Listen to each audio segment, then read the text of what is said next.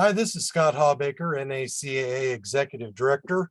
I wanted to prepare just a real quick video on how to submit dues for 2022, especially since we have a new website and the process is just a little bit different than our old system. The first thing you need to do is to log into the site, which I have already logged in on my screen. But when you do first log in, over here in the right-hand corner, you will see the words dashboard. That's where you need to go.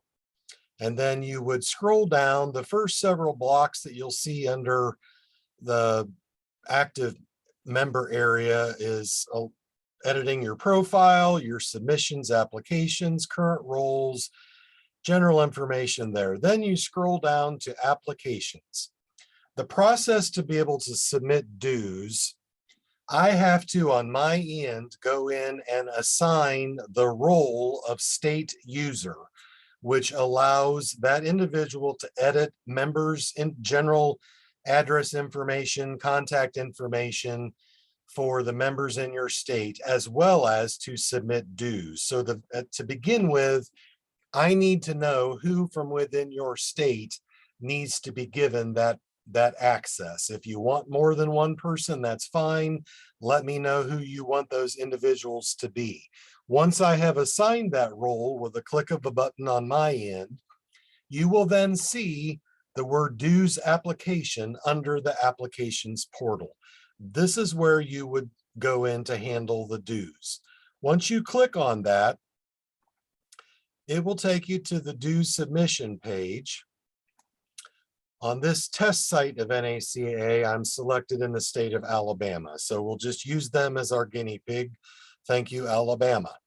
You will see a list of everyone who has paid dues in 2021. And if you scroll down, you'll see a list of anybody that was not paid in 2021. This could potentially be someone who maybe was a member in 2019, 2020, just didn't renew their dues in 21. So they're not going to show up on the list that was up here at the top. So make sure when you're renewing people, if you find the name of somebody that you, well, I thought they paid in 21, but their name isn't showing up. Scroll down here to this other list and you'll find another large group of people that you most likely can find.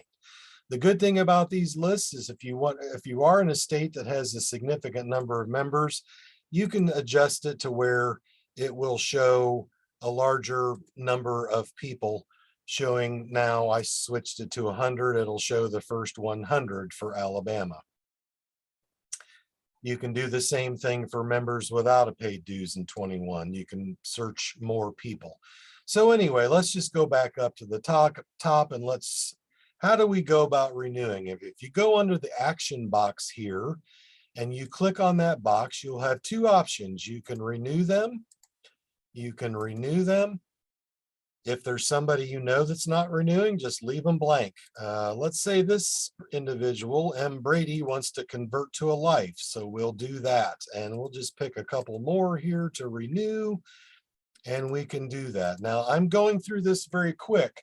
I would ask if you have the time to please go through and take a look at their profile information, which basically is going to be their member information page, to make sure that they're still at the address. You know, let's just say, for example, if you know David Klein in the last couple of months has moved from Jones County or Lee County to a different county and has a new address, and maybe David Klein hasn't gone in and updated his contact information, please take the time to help us out, because if they want the magazine, it's going to be going to the wrong address, and this would be an ideal opportunity for you to update the addresses. You'll notice that opened up David's information up here in the upper left-hand corner in a new tab.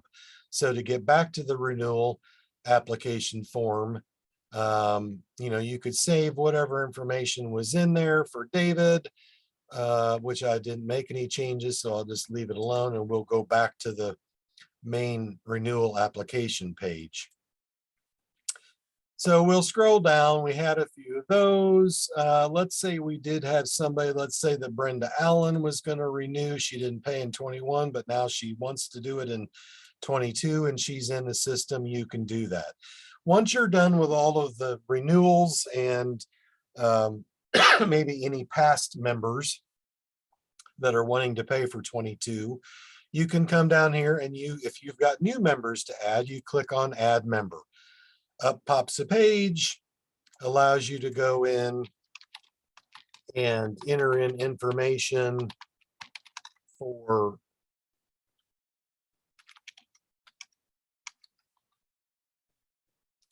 Susie. Just make sure you select all the various options here: active member, hard copy, district. That's really just for your own state use if you have districts. If not, leave it blank. Put in an address, and we'll say she lives in Smith, Alabama. And let's say you've got another member you want to add. You just click Add a Member again. You can start typing in their information. Same thing goes. Try to answer as many fields as you can. If you decide you don't want that member in there, you just click the box Remove Member, and it takes that individual out. Once you're done with all of that, you can hit Save and Continue.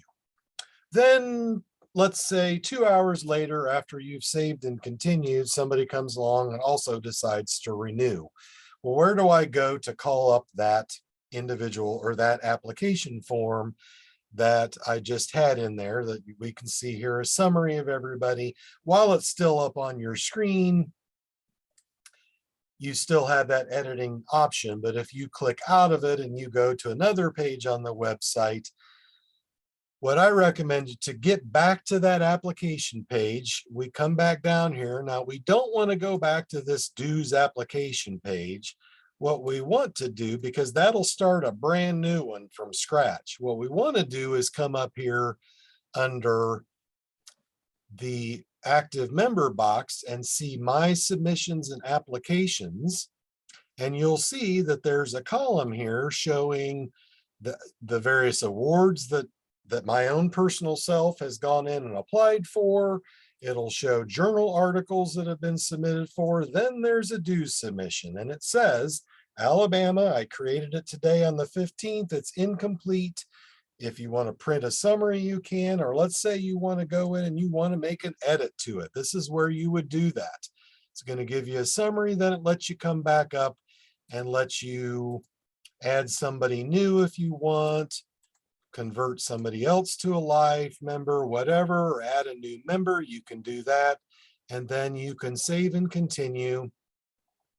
And it will tell you it's been updated. You'll notice that the figures are updated, and you can then go in and say submit for an approval. Basically, what we're telling people is you don't have to do all this in one setting. You can do as many of them as you want on one day. You can come back to it on the next day. You can let it sit there for a week or two before you do the final submissions, which is nice because our old site would not do that. And then once you're finally ready to submit it for approval, this is where you go to submit for approval. Click the box. And then on this page, you can print a summary, which it will print out or show you the option to print it out. This is a sheet that you will mail to me. It tells you how much you owe and who all you're renewing. Just their name and email is all it's really showing on the list, which is all I really need to know. And then on my end, they will not show up in the system as paid for 2022 until I receive the check. So once it's received, they get renewed, and then they'll be active in the system for 2022. So that's a really quick summary of the process. I can tell you that our system, each state is allowed 3 complimentary members at no charge. If you get more than 3, it'll start charging $10 a person. Now, for right now, if we do have a little bit of a glitch in the system in that complimentary members for your state do not show up to renew. So if you go in and you see that there's already 1 or 2 complimentary members on here from the previous year, and you want to change those people, just send me an email and let me know who you want to change in the system, and I'll take care of getting the complimentary members handled on my end. I said, it's a glitch that we're trying to get fixed, but most states don't have more than 3, and if you do have, we'll get that worked out. Just contact me. So that's a really quick summary of the activity on how to submit dues. If you've got any questions, please feel free to email me at nacaaemail@aol.com or give me a call at our office at 217-794-3700. Thank you.